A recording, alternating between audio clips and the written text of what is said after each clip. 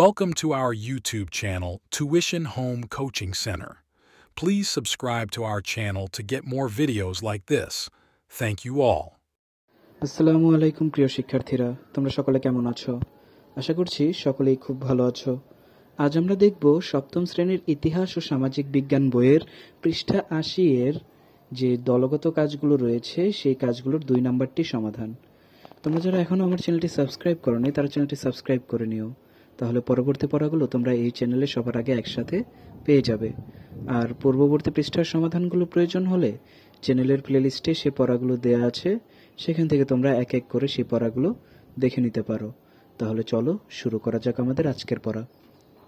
আমাদের আজকের পড়া শুরুতেই রয়েছে দেখো, মুক্তিযুদ্ধে বিদেশি সংবাদপত্র, রেডিও টেলিভিশনের ভূমিকা, গণমাধ্যম। এটার উপর একটি বিবরণ লিখতে হবে। দেখো আমি তোমাদের জন্য একটি বিবরণ লিখে দিয়েছি।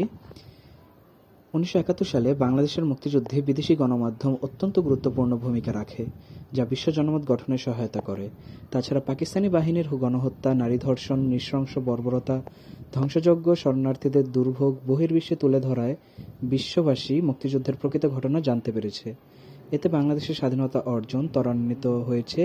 বিদেশি প্রচার মাধ্যম, বিশেষ করে রেডিওর বিভিন্ন খবর, কথিকা, গান মুক্তিযোদ্ধাদের অনুপ্রেরণা দেয় এবং সাহস জুগিয়ে বিজয়ের পথ সুগম করে। বঙ্গবন্ধুর ৭ মার্চের ভাষণের পর বিদেশি সংবাদ মাধ্যমগুলো বুঝতে পারে একটা কিছু হতে চলেছে, তাই তারা তাদের সাংবাদিকদের বাংলাদেশে অর্থাৎ তৎকালীন পূর্ব পাকিস্তানে পাঠাতে শুরু করে। এদের বেশিরভাগই ২৫শে মার্চ অবস্থান নেন তৎকালীন শাহবাগের হোটেল ইন্টারকন্টিনেন্টালে। এদের মধ্যে ছিলেন আমেরিকা যুক্তরাজ্য, Australia, Canada, France, Soviet union, জাপানের প্রায় ৩৭ জন সাংবাদিক। ২৫ মার্চ গণহত্যা শুরুর প্রাক্কালে পাকিস্তানি সামরিক বাহিনী বিদেশি সব সাংবাদিককে হোটেলে অবরুদ্ধ করে রাখে এবং সব ধরনের যোগাযোগ বিচ্ছিন্ন করে দেয়। দেশের খবর যাতে বহির্বিশ্বের মানুষ জানতে না পারে সেজন্য সব বিদেশি সাংবাদিকদের দেশ থেকে নির্দেশ দেয়। বেশ কয়েকজন বিদেশি সাংবাদিক এই নিষেধাজ্ঞা অমান্য করে হোটেলের ছাদে উঠে ঢাকার অবস্থা পর্যবেক্ষণ করেন ও কেউ বা রাতের আধারে খবর সংগ্রহে বেরিয়ে পড়েন। তারা খবর সংগ্রহ করে ছবিসহ নিউজ বিদেশগামী প্লেনের বিভিন্ন যাত্রীর মাধ্যমে নিজ নিজ দেশের পত্রিকায় পাঠিয়ে দেন। পরদিন ২৬শে মার্চ কলকাতা আকাশবাণী, বিবিসি সহ বিভিন্ন আন্তর্জাতিক সংবাদ মাধ্যমে গুরুত্ব সহকারে গণহত্যার বিবরণ প্রচার করতে থাকে। ১৯৭১ সালের ২৮শে মার্চ লন্ডনের দ্য অবজারভার বাংলাদেশের মুক্তিযুদ্ধ নিয়ে একাধিক প্রতিবেদন প্রকাশ করে। এর একটি প্রতিবেদনে লেখা হয়, রাশিয়া বাংলাদেশকে স্বীকৃতি দিতে পারে। মস্কো উপলব্ধি করতে পেরেছে পরাশক্তিগুলো যদি বাংলাদেশকে স্বীকৃতি দেয় তবে পাকিস্তানের গণহত্যা বন্ধ হতে পারে।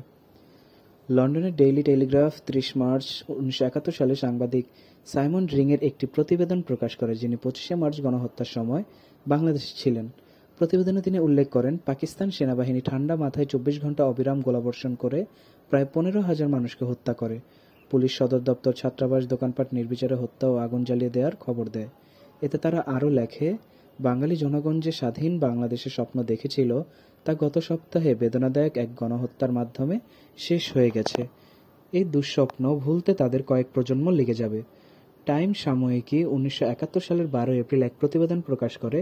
এতে তারা উল্লেখ করে, পশ্চিম পাকিস্তানি সেনাবাহিনী সম্ভবত কিছু সময়ের জন্য ঢাকাসহ পূর্বাংশের শহরগুলোর নিয়ন্ত্রণ ধরে রাখতে পারবে, কিন্তু অনির্দিষ্টকাল ৫৪,০০০ বর্গমাইলের বিশাল অঞ্চল বাগে রাখতে পারবে না, কারণ ব্রিটিশ রাজ ১৯১১ সালে বাঙালির ভয়ে রাজধানী কলকাতা থেকে দিল্লিতে স্থানান্তর করেছিলেন। ১৯৭১ সালের ১২ এপ্রিল নিউজউইক একটি আদর্শের মৃত্যু শিরোনামে একটি নিউজ ছাপে। এতে বাঙালির আত্মবিশ্বাস, গণজাগরণ ও পাকিস্তানিদের প্রতি তাদের ঘৃণার বিষয়টি গুরুত্ব সহকারে তুলে ধরা হয়।